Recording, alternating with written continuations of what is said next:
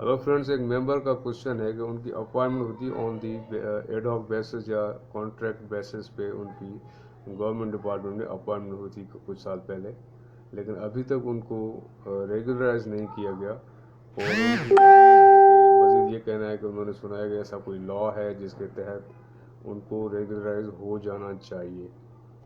तो इसके हवाले से एक लॉ एक्ट है, The Sindh Regularization of Ad hoc and Contract Employees Act 2013।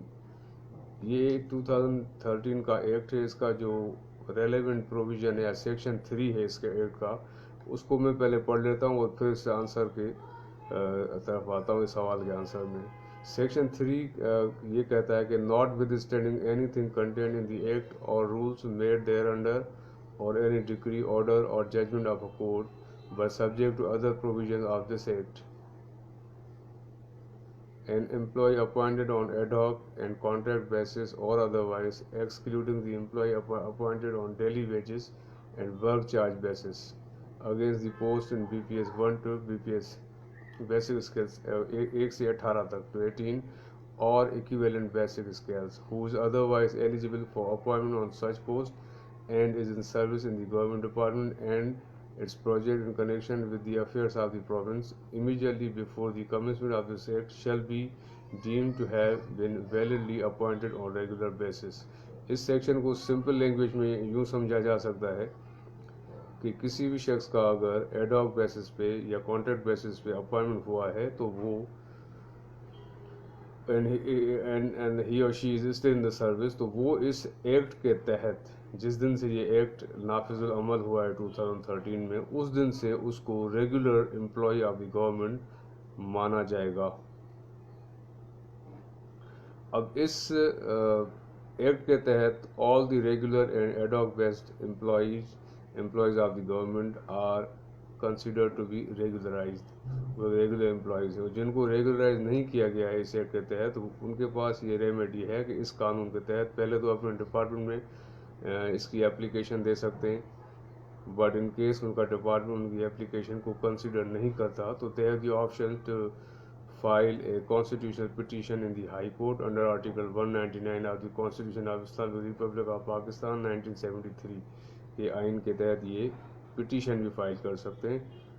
इन दोनों रेमेडीज़ हैं, क्योंकि इस कानून के तहत, इस एक्ट के तहत ये बिल्कुल एक क्लियर है, इसमें कोई ऐसा कन्फ्यूजन नहीं है। इस कानून में ये बहुत सिंपल, ये 2 पेज का ये लॉ है जिसका नाम है the Sindh regularisation of ad hoc and contract employees act 2013। And this act clearly ये बताता है कि जितने भी एड हॉक एम्प्लॉयज़ हैं, कॉन्ट्रैक्ट एम्प्लॉयज़ हैं गवर्नमेंट ऑफ सिंध के, they should be considered as regular employees from the date of enactment of this act, यानी जिस दिन ये एक्ट का अमल में लाया गया। अब ये एक्ट जो अभी मैंने आपको बताया, ये नाफिजुल अमल हुआ है 14 मार्च 2013 को। पहले ये सिंध असेंबली से इसको पास किया गया मेजॉरिटी के साथ, और फिर उस पर गवर्नर ऑफ सिंध के सिग्नेचर हो गए 20 मार्च 2013 को।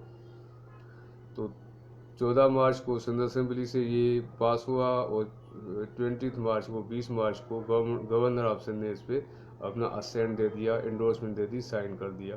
तो उस दिन से यानी 20 मार्च 2013 से ये कानून नाफिजुल अमल है। उस इस कानून के तहत सारे एम्प्लॉयज़ जो कि एड हॉक बेसिस पे या कॉन्ट्रैक्ट बेसिस पे एम्प्लॉय किए गए और सर्विस में हैं, तो वो सारे रेगुलर कंसिडर किए जाएंगे।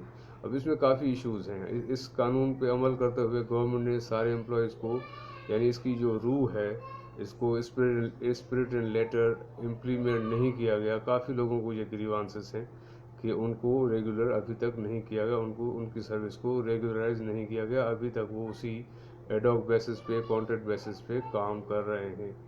All such employees are regularized under this act।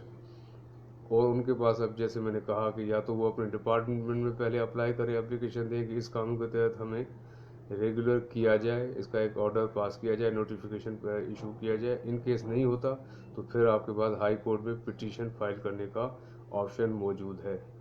तो जो बेसिकली सवाल था पहले के, उसका जवाब आप होपफुली के मिल चुका होगा।